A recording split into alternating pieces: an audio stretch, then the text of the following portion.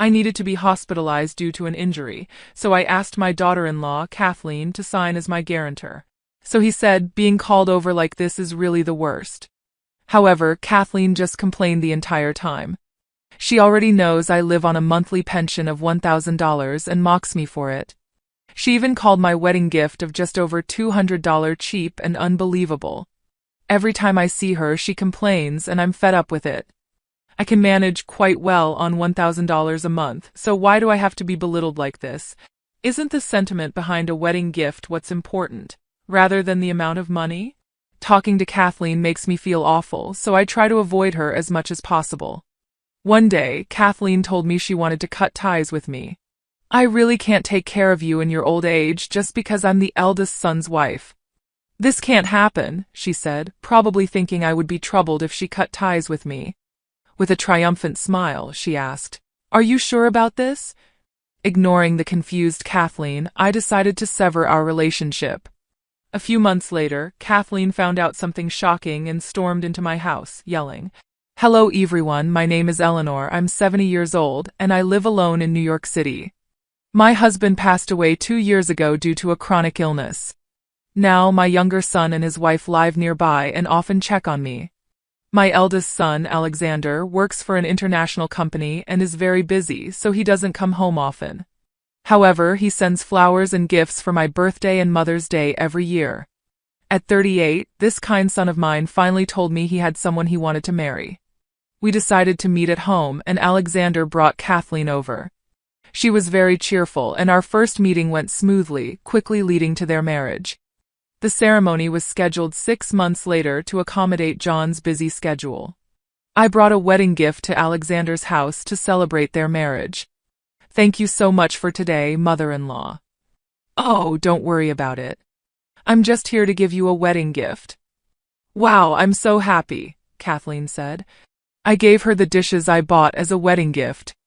I planned to help financially during the ceremony, but I wanted to give them something, and since they probably already had furniture, I chose dishes after much deliberation. However, Kathleen's reaction changed instantly upon seeing the wedding gift. "What? This is the wedding gift?" "Yes, it's a set of bowls and plates. I thought they were cute, so I bought them." "Don't you like them?" I was worried it didn't match her taste, but her response was unexpected. "Isn't this such a cheap gift for a wedding?" "Cheap, unbelievable. For a wedding gift, you should give around $110,000. I thought you were wealthy because you live in a nice house, but was I wrong, Kathleen?" I was baffled by Kathleen's sudden change. Her gestures and tone were completely different from the polite and cheerful Kathleen I met for the first time. "So how do you live now, mother-in-law?" "On my pension." "But how much is your pension?" 1,000美元. Ha, are you really that poor? I feel like I was lied to. Living in such a nice house, but being poor is the worst. Kathleen crossed her legs and sighed. Living on $1,000 a month, that's so sad. How do you even survive? Kathleen's mocking tone irritated me. I can manage just fine on $1,000 a month. Oh, really? Well, just don't come asking for help when you're short on money. Kathleen was the type of person who changed her attitude based on income and assets.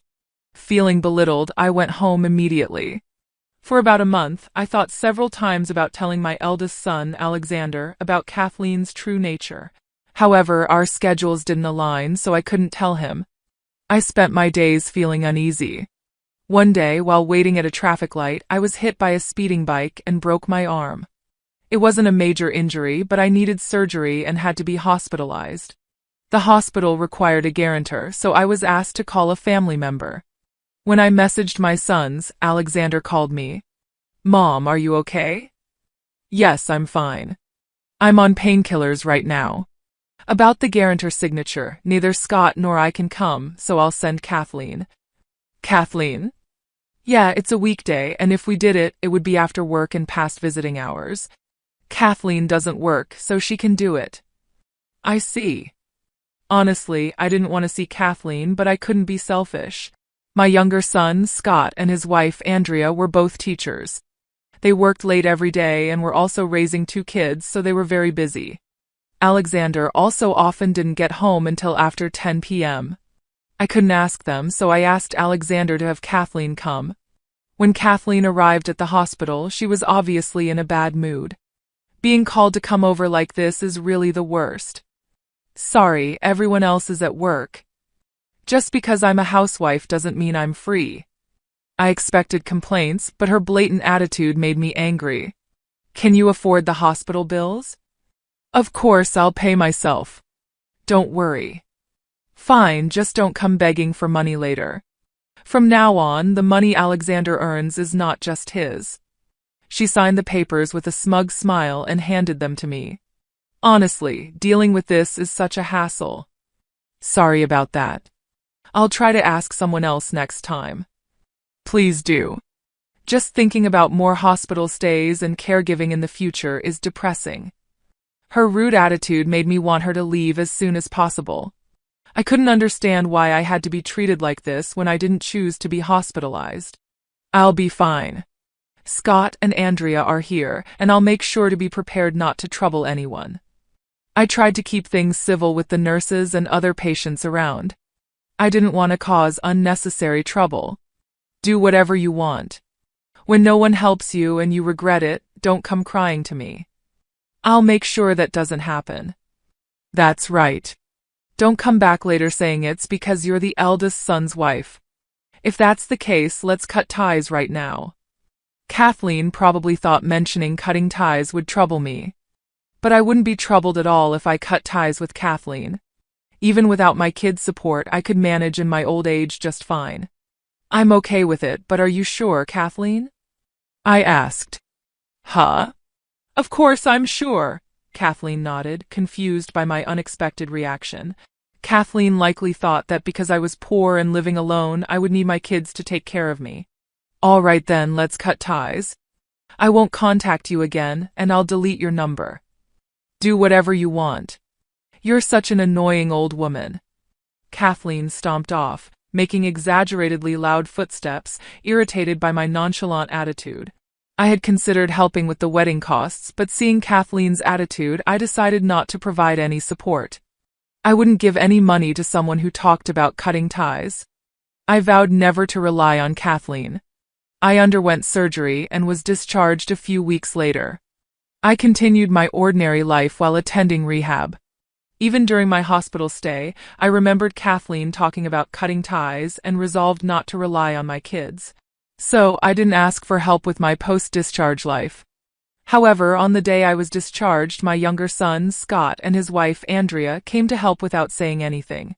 And it didn't stop there. They frequently helped with shopping and other tasks. Andrea, you're busy with work, so you don't have to go out of your way. Isn't it inconvenient with just one arm?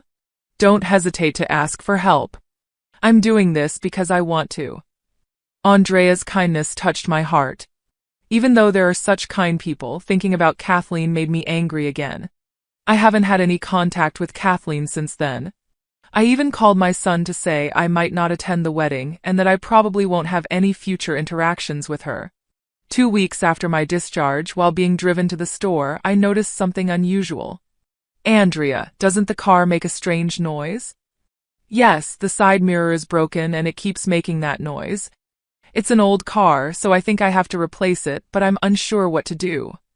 I see, but wouldn't it be inconvenient without a car? You drive to work, right? Yes, but even a small compact car costs a lot. Seeing Andrea's concern, I made a suggestion. Then I'll buy you a new one. What? I can't accept such an expensive gift. It's fine. You've been helping me a lot. Consider it a thank you. But if you feel bad, just help me with shopping until my arm heals. When I said that, Andrea smiled brightly. Of course. Even after your arm heals, let's go shopping together. Her words made me smile too. So, I bought Andrea a new car. After that, Scott's family continued to visit and check on me, making me forget about Kathleen. A few weeks later, my injury had healed enough for me to carry light loads. One day, while watching TV at home, the doorbell rang suddenly. Looking at the monitor, I saw Kathleen standing there. What does she want after saying she wanted to cut ties? Feeling suspicious, I opened the door. As soon as Kathleen saw my face, she shouted, "Hey, what the hell is going on? What is it all of a sudden? I don't remember doing anything to be yelled at for." The other day, I met Andrea, and she was driving a new car. So what? Don't play dumb. That car is worth over $10,000. There's no way a school teacher with kids could afford it. When I asked her about it, she said you bought it for her. Yes, I did. She said her old car broke down, so I got her a new one. There's nothing wrong with buying a car for my son's wife. You never give me anything, but you give Andrea a car? You're so unfair. If you can give away cars so easily, you should have given us more money for our wedding. Andrea helps me with shopping and housework. You wanted to cut ties, so why would I give you any money? You're the one who wanted to cut ties. Well, that's true, and how could you afford a car worth over $10,000? You don't have that kind of money. When did I ever say I was poor? I have real estate that I inherited from my husband. Real estate? Kathleen looked shocked. My husband was a businessman with a decent income and invested in real estate. He owned an apartment building which I inherited when he passed away. I get rental income from it every month and have been saving steadily. I live off my pension just fine, but I enjoy traveling every year, so I save money for that. I'm not struggling financially. If worst comes to worst, I could sell the real estate and make a few $100,000. If you have that much money, you should have said so. Why should I have to tell you? You just assumed I was poor. I never said I was struggling or needed to borrow money. Shut up. It pisses me off that you tricked me. I sighed, exasperated by Kathleen's childish tantrum. There's no way I'd flaunt my assets like that. Kathleen glared at me, clearly not satisfied. I wasn't deceiving you. Besides, I initially planned to help with the wedding costs, but you wanted to cut ties, so I didn't. Why? It's your son's wedding. Aren't you happy about it? I was happy about Alexander's wedding, but I didn't want to give you any money. Why would you say that? If you have money, you should give it. Everyone's so stingy, it's infuriating. Kathleen started stomping her feet in frustration. It's embarrassing for a 30-year-old woman to act this way just because things aren't going her way. Why do you want money so badly anyway? Duh, to have fun and buy the things I want. But Alexander only gives me $2,000 a month and won't give me more. $2,000 a month isn't enough? Of course not. Even a cheap bag would cost $5,000. I was stunned by her extravagant spending habits. I wondered why Alexander fell for such a woman. Kathleen kept fuming and grumbling about how poor my son was. I married Alexander because he seemed rich. If I'd known he was this stingy, I wouldn't have married him. Is John really that stingy? Yes. He only gives me an extra $500 on top of the rent and living expenses, and gifts are just around $2,000. It's ridiculous. If he's making over $100,000 a year, he should give me more. I thought I could spend money more freely after getting married. So you're saying you married him for money? Of course. Why else would I marry a man nearing his 40s? It's all about the money. I had reached my limit. I couldn't forgive her for disrespecting my son like that. Just as I was about to yell at her, Alexander appeared behind Kathleen. Then let's get a divorce. What? Alexander, why are you here? Mom told me she wasn't coming to the wedding and said she'd cut ties with you, so I came to hear the full story and overheard your argument. You've said quite a lot. Oh, this is a misunderstanding, Kathleen stammered, sweating nervously. I hadn't noticed Alexander arriving. Ignoring Kathleen's panic, I spoke to him. Thanks for coming. How long have you been here? From the point where you talked about being able to afford a car despite being poor. So you heard most of it. She told me I'm poor and doesn't want to take care of me in my old age, so she wants to cut ties. That's the only reason I'm not going to the wedding. My son nodded with a serious expression. No more explanations needed. I understand Kathleen well enough now. No, it's a misunderstanding. It's not a misunderstanding. I clearly heard you say you married me for money. I can't stay with someone like that. Let's get a divorce. Wait, you can't do this now. I quit my job when we got married. Kathleen desperately grabbed my son's arm and shook it, but he shook her off and gave her a cold look. That's not my problem. I hope you find a new job soon. Don't be so cold. I can't live without you. I have no place to stay or savings. Why don't you sell those clothes and bags? That should get you through a few days, though I don't know if anyone will rent an apartment to someone without a job. No, don't say that. I bragged about our marriage to my friends. It would be so embarrassing to tell them the wedding is off. Please. That's your own doing. I hope you enjoy being the subject of gossip. It was the first time I had seen my usually mild-mannered son this angry. Kathleen, pale and trembling, started to beg and apologize. I'm sorry. Please forgive me. I won't say those things anymore. I don't even want money, just don't divorce me. No matter how much she apologized, my son's expression remained hard. I don't want to see your face anymore. Leave now. No, please reconsider this. Please.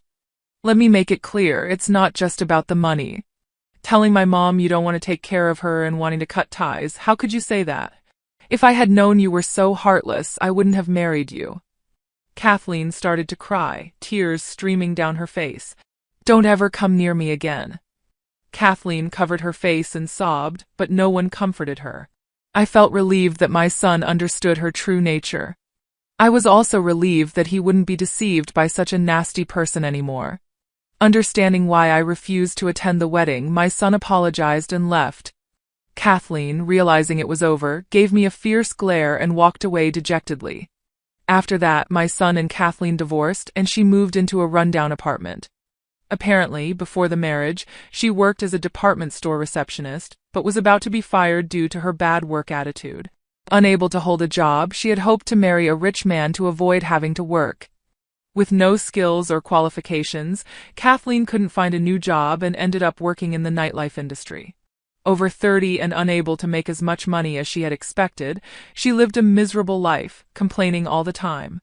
Meanwhile, my son found a new girlfriend. I was worried it might be too soon, but when I met her, she seemed very kind and serious.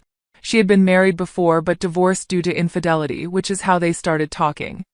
It's funny how a divorce can lead to a new connection, but I feel more secure with her since I know her from work, my son said with a smile. I was happy my son had met someone kind and hoped he would find happiness in a new family. Marriage isn't the only path to happiness. Many people choose not to marry these days, and there's no need to rush into it. When you meet the right person and feel ready to marry, that's when you should.